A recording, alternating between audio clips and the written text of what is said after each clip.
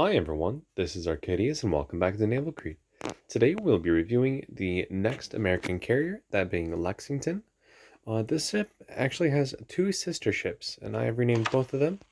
The first one being Ticonderoga as the kind of princess looking one. And then there's also the normal skin that you can purchase. I've renamed her Concord.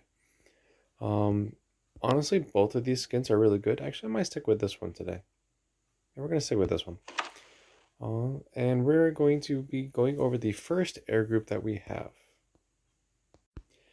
All right, now before that, let's go over the ship herself. So we have 59,800 health. We have 15% torpedo resistance, up to 178 millimeters of armor. So that's about 7 inches. The belt does have the full 7 inches. However, that just makes the ship really, really easy to citadel. She's also a extremely huge carrier. If you see the size of this thing, you're going to be able to hit her from miles away easily. So yeah, she's not the most stealthiest of ships, but she is quite powerful still. Alright, so what else do we have? We have 8 secondary gun turrets. We have singles on the sides here. Then we also have 2 doubles for 5-inch on the fore and 2 on the aft, and then a couple more secondaries here.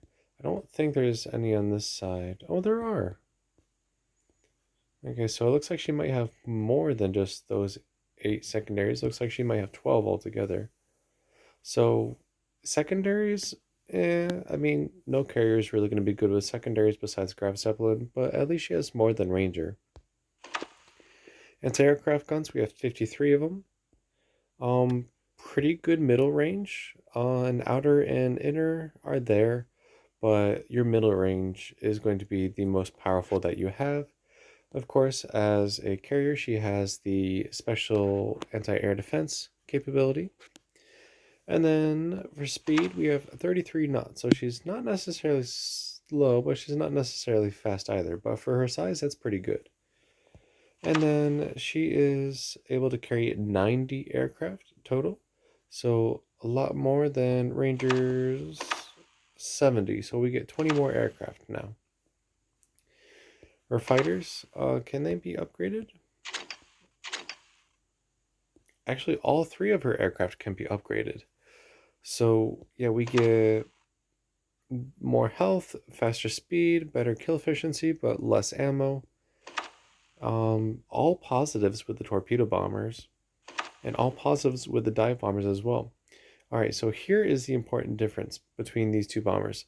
The original ones that you are able to equip are the ones that you have on Ranger that do 8,800 damage and 129% fire chance. The ones that you can upgrade them to, I believe these are now the armor-piercing bombs that I was talking about. You get a lot more damage, a lot more fire chance. The aircraft themselves are more durable, are faster. Um, it's hard to tell if they're high explosive or armor piercing because you get a ton of damage, but you're also able to set fires, which is kind of throwing me off. So if anyone knows what they are, then I would like to know.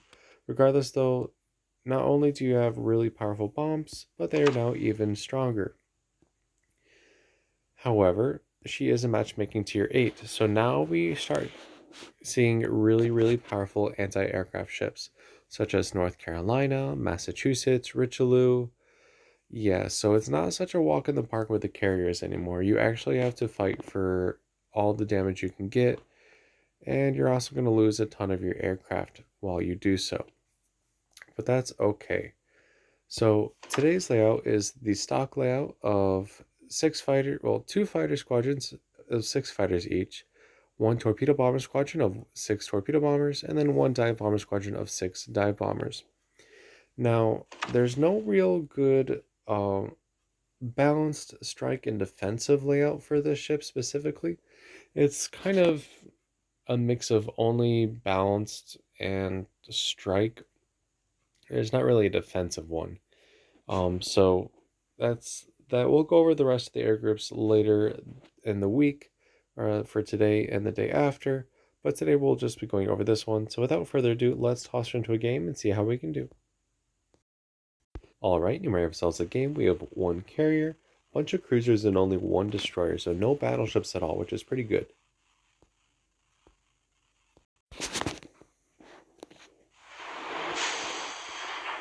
Alright, now this ship is, as you can tell, almost very similar to Saratoga, the one that we've already done a review on.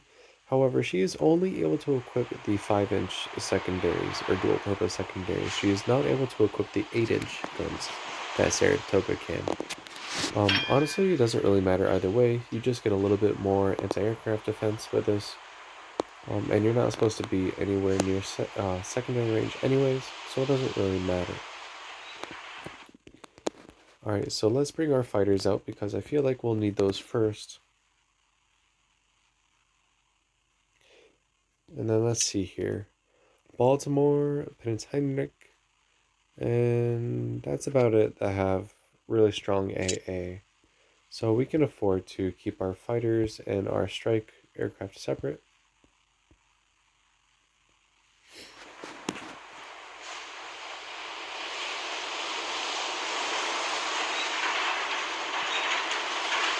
It's a really nice camo. I know I had the camo for Ticonderoga, but it's pretty much the same one as Saratoga, so this one, I think I'm going to stick with this one. Alright, so we have our first target sighted. Let's see what we have. We have a Baltimore and a Kitakami. So I think we can take out this Baltimore first, hopefully. We'll find out.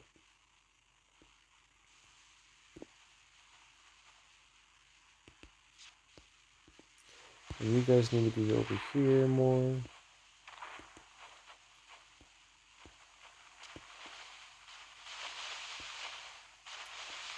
So we're going to go after this Baltimore here. Maybe we can get enough torpedo hits on her to sink it.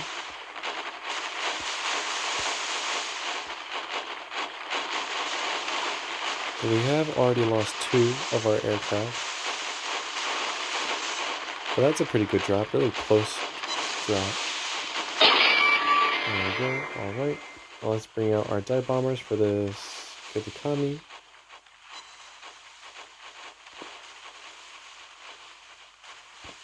Maybe it's easier to go from astern.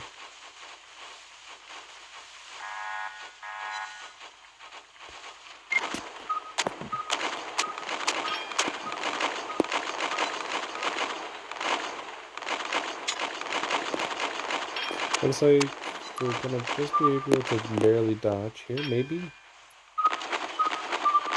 Nope. We got hit. After the torpedo went through us, of course. Kitakami went down, which is fine with me. Fighters, I'm just taking down some of these small aircraft launch fighters. Alright, so Helena's gonna run into this Wichita here. It'll be a nice little target for us. Or at least I expected it to be. Alright, so let's go after this Helena here. Only 1 bomb hit, but we were still able to get a fire. Let's go after this Prince Heinrich with the torpedo bombers.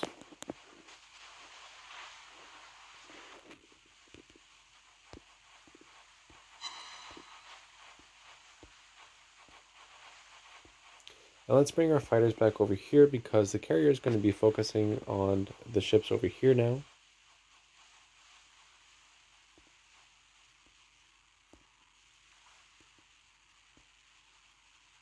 Though it looks like we're almost out of our current fighters.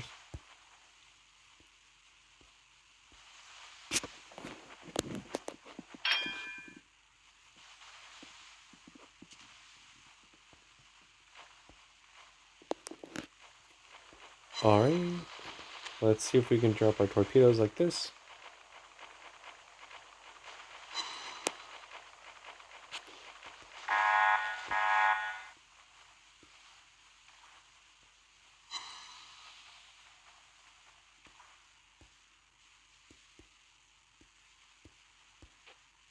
How are our torpedoes looking? Oh, we got some. We didn't sink her though. I'm sorry if I'm not talking much. I'm actually at these higher tiers. You actually have to focus on the game itself in order to do well. You don't have much time to for commentary. Um, but yeah, the gameplay is what's really going to be important, anyways.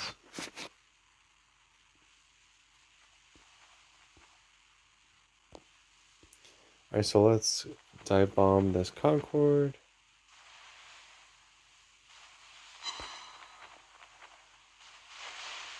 If she lives that long. And she is the last target. Maybe we can get another kill here. Oh, we only have 2 bombs. We hit both of them, but not enough to sink her. That's okay. Our team will be able to do that ourselves. So let's see how we did. We didn't actually have a very good game, but there wasn't a lot of damage to be done there either. There was only cruisers.